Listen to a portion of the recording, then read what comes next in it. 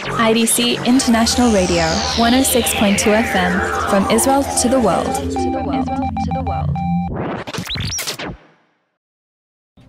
You're listening to 106.2 FM IDC International Radio. I'm Itai Hanman, and this is Unpuzzling Terrorism. Today in studio we have the pleasure of Mr. Lieutenant Colonel Reserves Uri Ben Yakov joining us in the studio today to discuss the new law that Israel is passing and passed for the anti-terror bill and its way through the Knesset.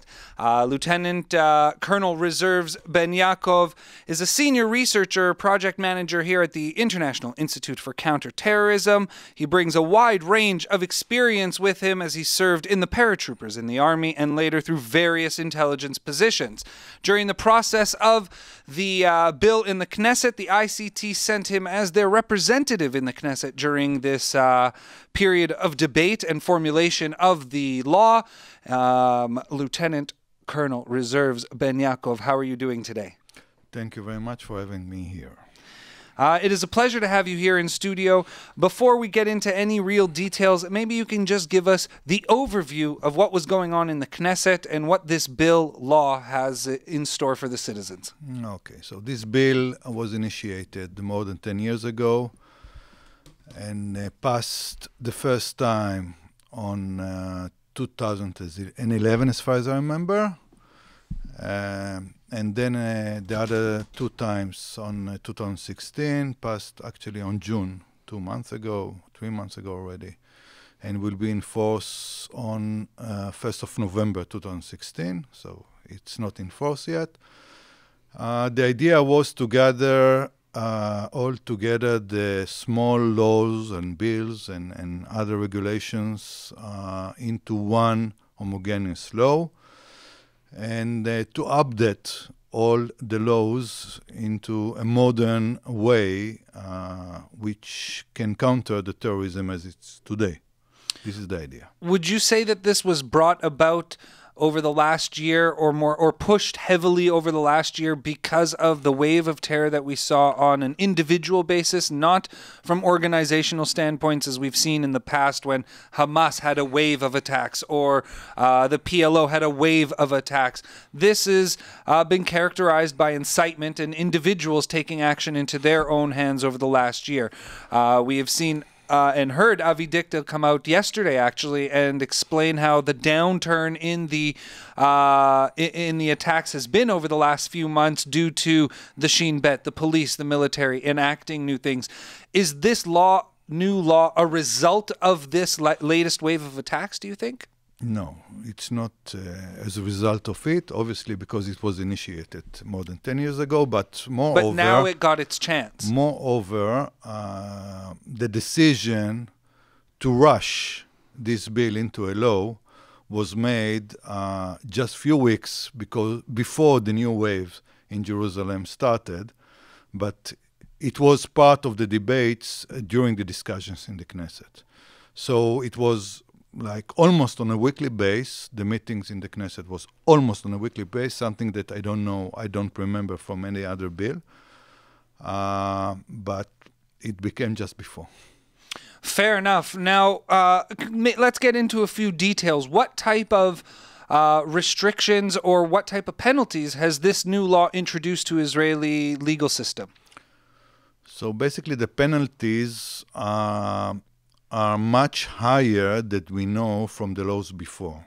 It's still part of the criminal law, this new law, but the level of punishment is higher.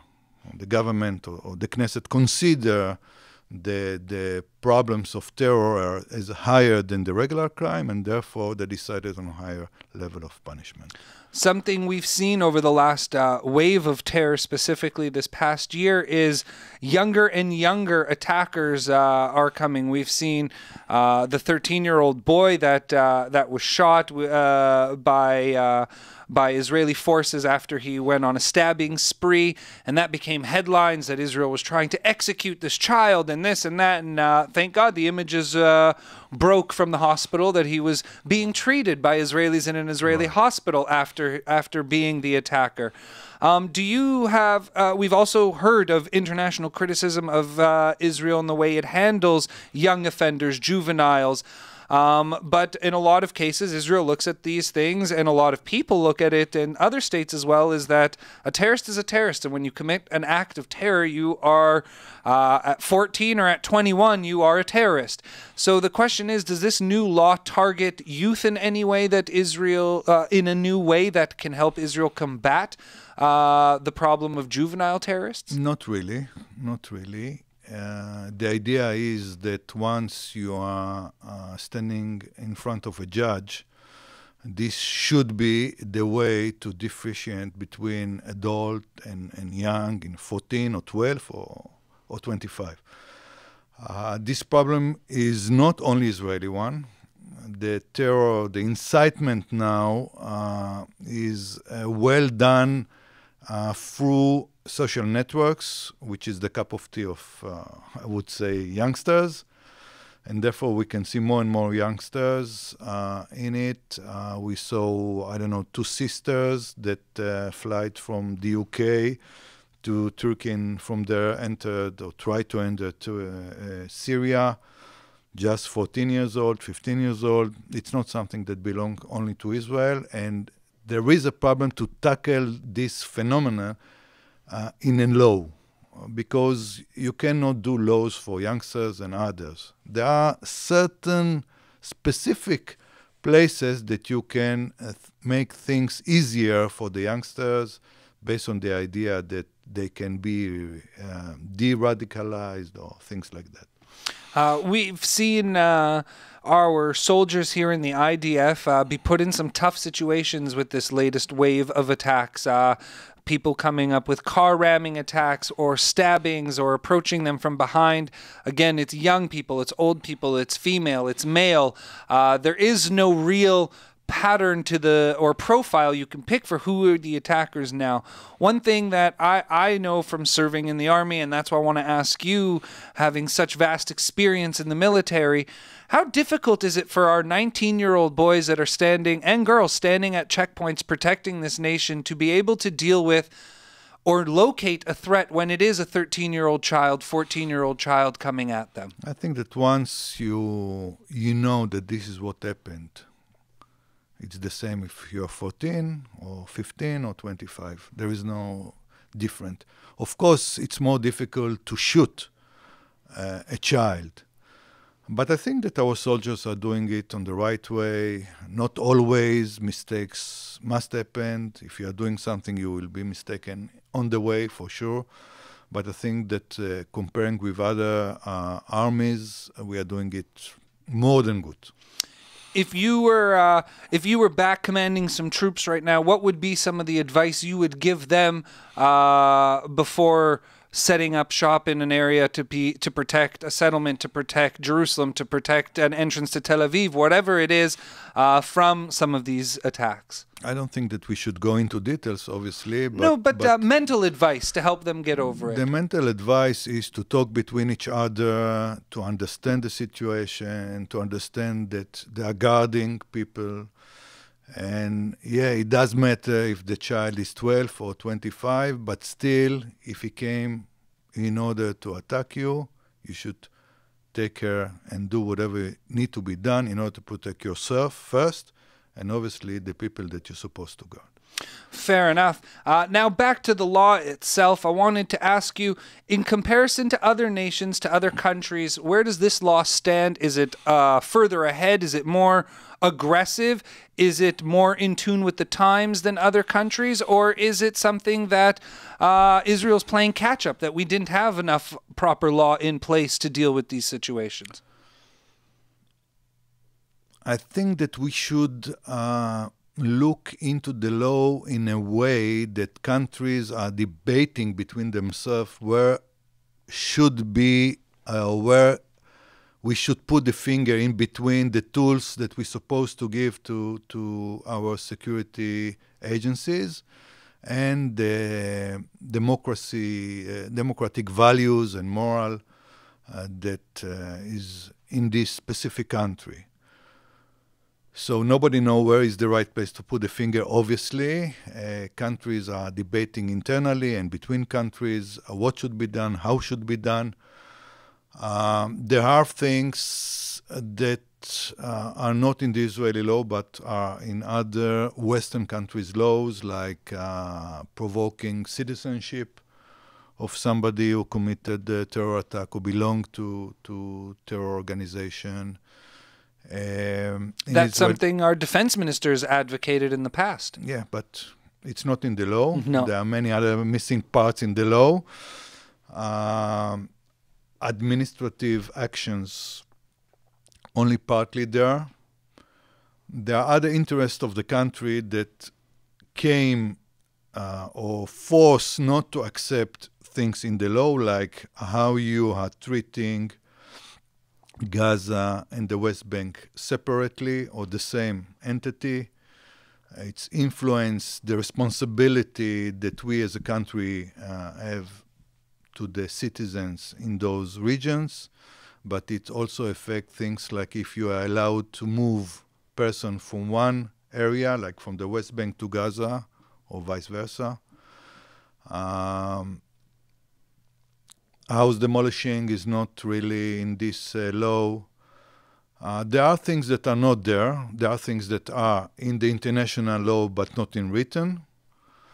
There are things that are accepted by other countries in their national law. But I think that in general, the law deals with the main issues that it should deal. And we are just in the middle of the Western countries between the right and the left. Fair enough. What role would you have had playing at the Knesset in crafting this bill and pushing it through as someone coming from the ICT? What type of influence does the ICT have in helping craft this? As the ICT is a world leader, its institute, its research is world-renowned, so it's taken very seriously. And when you are sent there as a representative of the ICT in crafting this bill and law, what role do you play? So basically, I think that we have more international influence than in Israel. But this is to put aside. So we are wearing actually two hats. Yes, we are ICT, counterterrorism, but on the other hand, we are sitting in the School of Government. So I think that the main role that we played there was, from one side, to show what is going on in the terrorism world now, today. And on the other side, what are the values that we still need to keep as a country, as a democratic country? Even though we need to fight terror, still there are limits to what we can give to the security forces. And in the end of the game, just before the final vote, we issue a paper that we presented most of the paragraphs in this law and what we think should be done with it. Is it good? Not? If not, what are our suggestions in this specific concern?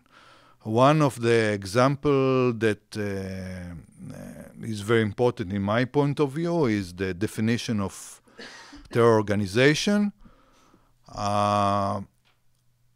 We have one definition to all kind of organization. It doesn't matter if it's the main terror organization, the militant one, or we are talking about supporting organizations like an organization that is sitting in London, recruiting money or donations in order to support the people in Gaza. And it's a problem. What you're going to do with it? So let's say there is this organization that support widows and orphanages in Gaza, and 5% of those widows are Hamas militants' widows, or even suicide bombers' widows. Let's go further with it. can you call it a terror organization, yes or not? They are supporting, in one way or another, terror organization. So what did the law define in the end? So the law defined it as the same. There is no difference between the two organizations. There is a small difference during the process of designation. This is one of the problems that even in ICT, not all the people agreed upon. What should be the law? We have another problem in the same concern, is that in Israel you can declare only on terror organization, but you cannot declare a private militant as a terrorist. So this is another problem that we can only observe it from lists that are in other countries.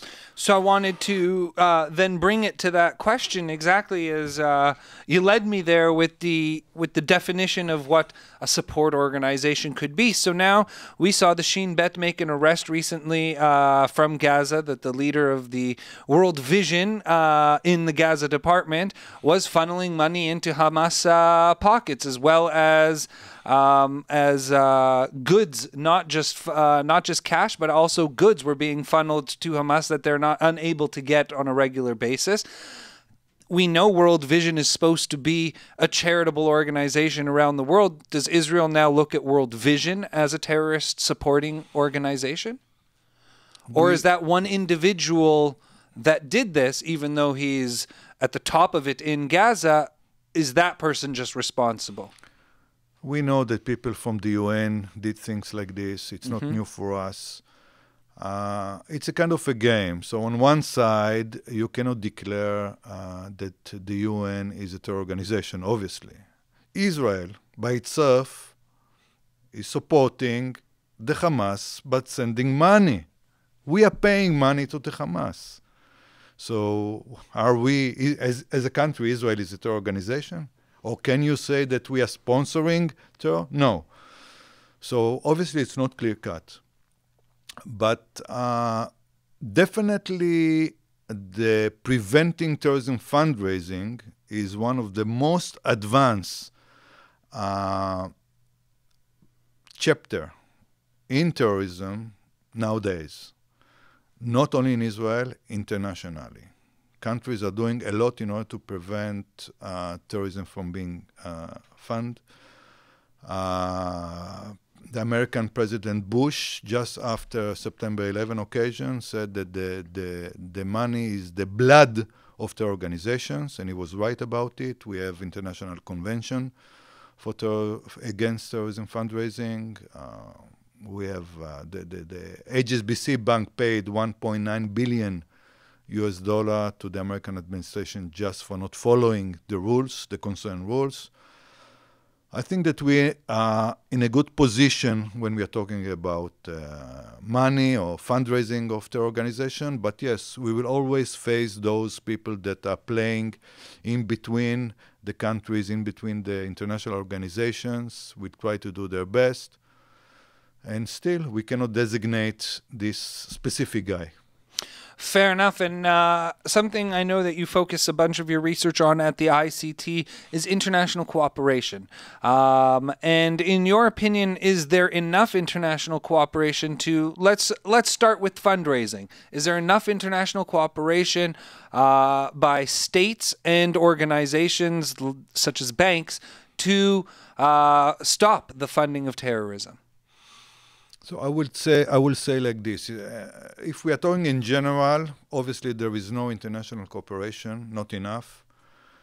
And I would say, moreover, international cooperation is not the only part that we should talk today, but general cooperation between countries and agencies, between countries and countries, between countries and business entities.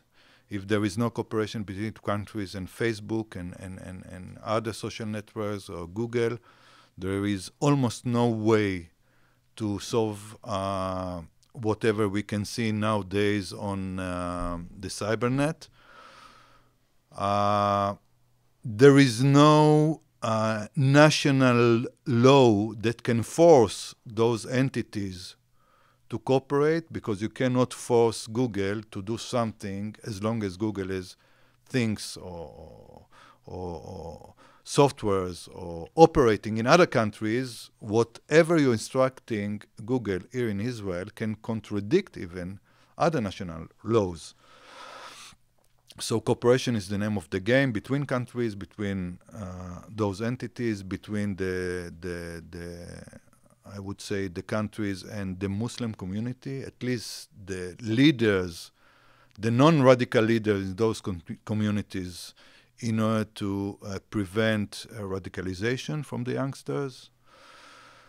All kind of cooperation now is on top of the agenda. The cyber world has no limitation, no borders. The terrorists are taking advantage of it. If we won't cooperate, if we won't go on the way that we're helping each other, information-wise, technical-wise, everything, we won't succeed to stop what is going on there. Something that has always been talked about, at least very recently over the last, I'd say, 2 years out of the Israeli government, has been the rhetoric and incitement coming from the Palestinian Authority. And that incitement is one of the major causes to the terrorism that we find ourselves accustomed to over the recent past. Let me ask you then this. Does this new law that was passed target incitement in any way? It is. It is. Also, there is a definition of incitement over there. But the implementation is the problem again. So if things are going on only inside Israel, in one way or another, maybe you can deal with it. But there is a new bill from, I think, maybe 1 or 2 months ago, presented by Knesset member Revital Swede, suggesting that social networks that will leave incitement on their platform will have to pay for each incitement 300,000 shekels, and if it will be again and again, if they didn't try to prevent it, they will pay 400,000. Now, how can you force, jurisdiction-wise, how can you force Google or any other social network to do it? You cannot do it. It's not workable. Now, a lot of these companies have offices in Israel. It's not enough. That's not enough. It has to be applied to their headquarters, which are stationed out in the Silicon Valley. Still, if they are keeping the information on server in Ireland, and according to the Irish law, whether yes or not it's allowed, doesn't matter. You cannot force Google to do something in Ireland. It's not, according to the international law, you cannot do it. You don't have jurisdiction. Very interesting. So what type of actions do you think Israel will be able to take in the future when it comes to incitement? So I think that, first of all, cooperation. Again, cooperation. Second thing, I think that Israel should play a role in a kind of international, a new international organization or way or idea in the place that we are preventing terrorism fundraising. Basically, there is an organization called FATF. It was established by the G6, 7, 8, doesn't matter.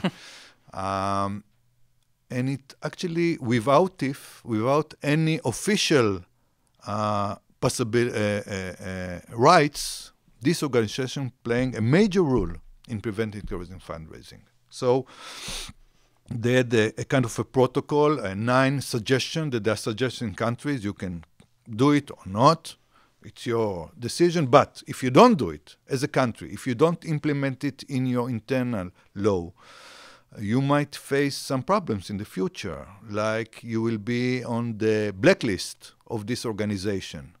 Once you are in the blacklist, you might face things like another country won't cooperate with you, no trade with you, some sanctions may appear, you can downgrade your financial abilities in the international market. It's problematic. So no official rights, but still they're playing a major role. I suppose that this should be, we should copy this idea, we should copy it into the world of countering terrorism in the cyber world. And this is the place that incitement, or most of the incitement, is taking place. Moving a little bit away from incitement and speaking about cyber terror as a whole, I know you're an expert in that and you do a bunch of research at the ICT on cyber terrorism. Besides fundraising and incitement, recruitment, what do you see as a big threat to Israel or globally to the Western world by terrorism through the cyber world? Is it something that needs to be feared a lot more in the sense of people don't understand the danger of, for example, the electrical grid being hacked into, or dams being opened up by some cyber attack, or gas leaks because of cyber attack on critical infrastructure? Is that something that we are too naive about, or we have been led to believe is fully secure, and we should feel secure that our governments and in military installations, security services are doing the job correctly? So the government is doing the job correctly. I agree with it. But we should understand what is going on. So if we are talking about terror, the main threat to the West is the use that they are doing in the cyber world, not cyber attacks. They don't have this technology yet. They don't have the ways to do it. I'm talking about serious ones. I'm not talking about DDoS or simple things. But we should keep in mind that the technology and the know-how can be bought very easy from crime organizations in the darknet, and can be bring from countries that are supporting terror, like if we are talking about Hezbollah and Iran, which is playing a role behind Hezbollah. So officially or technically, Hezbollah can get all the know-how and technology that they need directly from Iran. But the real threat nowadays is the use that terror organization is doing in the internet. There are things that can be done from A to Z on the internet, like fundraising, for instance. You can locate your donors on the recruiters, the donors. You can send the money from one country to another on the net, whether you are doing it regularly like in the past, or you are doing it with bitcoins, with cards, whatever. Everything can be done on the net. Some other things, you need to play part of the role also outside the internet, but still major parts are being there, and this is the place that we need to deal. Does the new law have any talk about cyber terrorism? No, nothing in this law is regarding cyber. Is that a problem? Well, it's also a debate, kind of debate. Should you dedicate a specific law that is dealing with cyber, or you should translate all the laws as being enforced also in the cyber world? It's not clear-cut. Philosophers of laws are debating on it. But the result is simple. There is nothing that is dealing directly with cyber in this law. Very interesting. We've heard critics of the law come out and say that it's too harsh, too many measures that are a little too harsh, curb freedoms and liberties a little too much, specifically freedom of speech, which I find very interesting because there aren't many Western countries, there aren't many countries, period, that allow the freedom of speech that you have here in Israel. The amount of freedom that is given to people when it comes to the ability to organize themselves and speak their mind is almost unheard of. Really, there's maybe the United States and a couple other countries that take freedom of speech as seriously as Israel does. Do you think that these critics have a valid point? No, I don't think so. I know that officially people are talking about it. I know that in the States there are lots of talk about it. By the way, I had a group of 26 students from the States just a few months ago here in Israel, and I asked them about it. And I think that 24 out of 26 agreed that in these specific terms that we need to fight terrorism in the cyber world. There is no other way but to give some of your parts. This is the idea. The idea is that you are giving part of your rights in order for the state or for the country to keep you secured. So, of course, there is a question how much of your rights you need to give and until which point you need to give it. But I think that people understand that it's better for us, or it's more important for us to feel secure. Our body is more important. Our security is more important than the freedom of speech. And in this concern, I want to say something else. You asked me about the law and if the law is dealing with the cyber world. No, the answer was not. But there is a new wave. I don't know if new, but we can see it in the last, I don't know, maybe the last 12 months or so, that citizens are suing social networks for not preventing terror incitement on the net. So this is another solution that, of course, citizens are not the one to play the rule. The country is supposed to be the one. But we can understand the problem of the country to play a major part when you are dealing with rights. So if the country is not in the place to say something about it, maybe the country can encourage the citizens to do it. Maybe the country can support the citizens and giving them intelligence, open source intelligence at least, in order for the citizens to be able to prove their claim. So this could be one of those situations where an organization like you were speaking about earlier could get involved and really... And we are doing it. And there you go. And so then the question comes down to, we know that the laws are a lot more flexible when it comes to civil law in the sense of suing Facebook or Google or Twitter or whoever it may be that they want to sue. The burden of proof is much less than needed in a criminal case. So the question then becomes, are the civil penalties that if for whatever reason they are able to defeat Facebook in court, and then after the appeals process a judgment is finally put out, because I don't see Facebook being losing the case and not appealing right away. So let's just say that the hypothetical down the road is that the citizens have defeated and won through the appeals process and everything. Does the judgment need to be so profound that it deters a company like Facebook? For example, Facebook is worth so many billions of dollars that the judgment needs to be in the billions of dollars just to get them to feel it. And so, because if you say, well, yeah, you committed something here, we're fining you $1 million, that's water off the back. Very important point. I think that the economic interest, financial interest, playing a major role in this specific concern. I think that if a lot of citizens, Israeli and not Israeli, will sue those entities, yes, it will work. You need to understand just one simple suit that was, I think, on October or November 2015 by 20,000 Israelis that signed this suit. It's a lot of money if Facebook is going to lose this thing.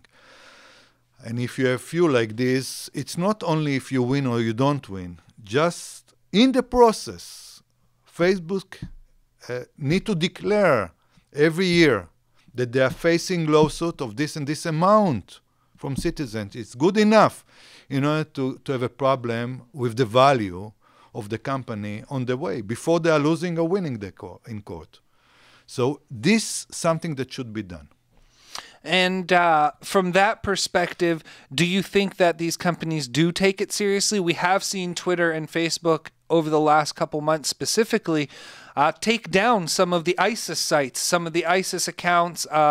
We've seen, for example, someone that was very prominent on Twitter was at Khalifa, has been taken down and his account suspended.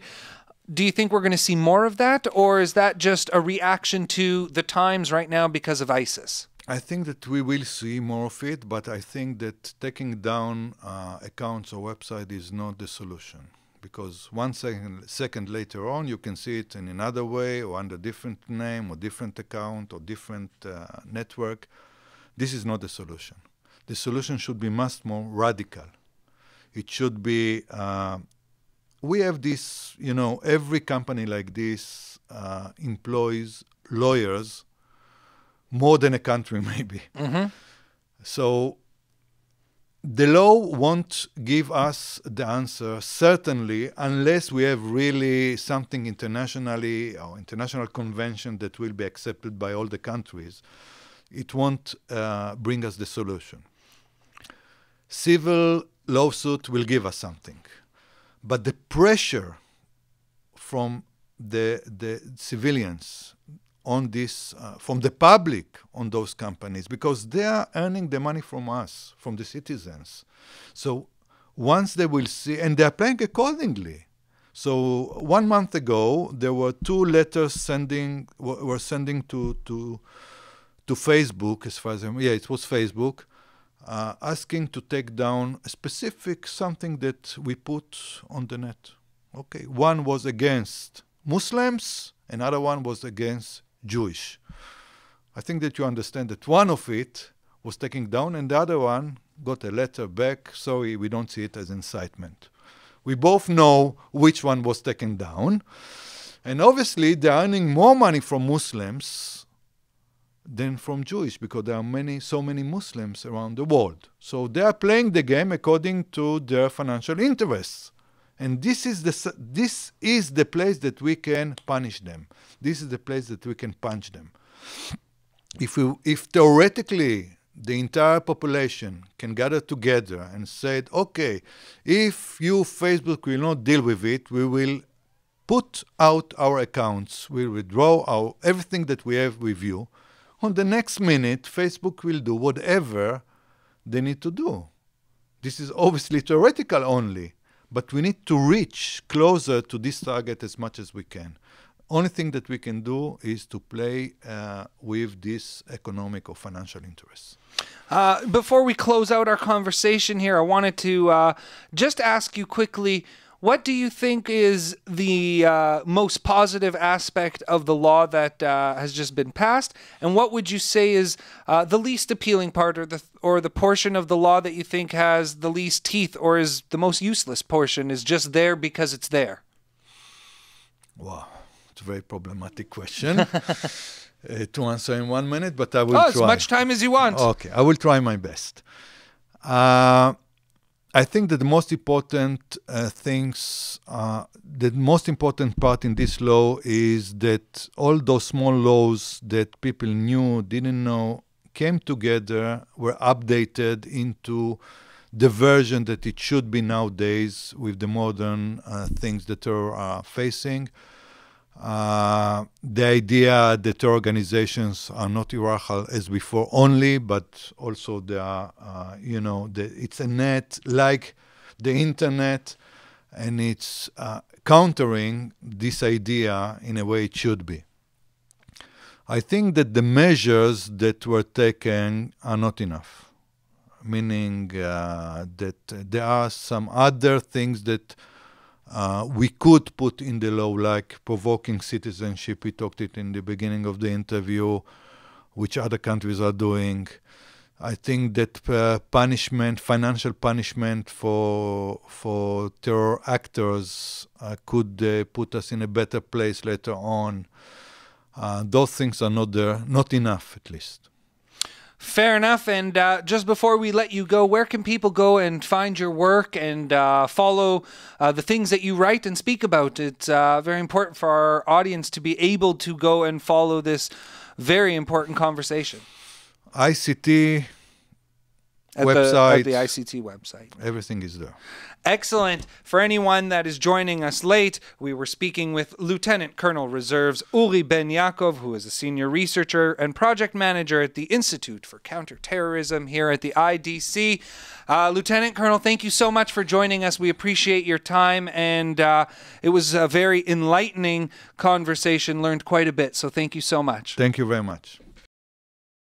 IDC International Radio, 106.2 FM, from Israel to the world.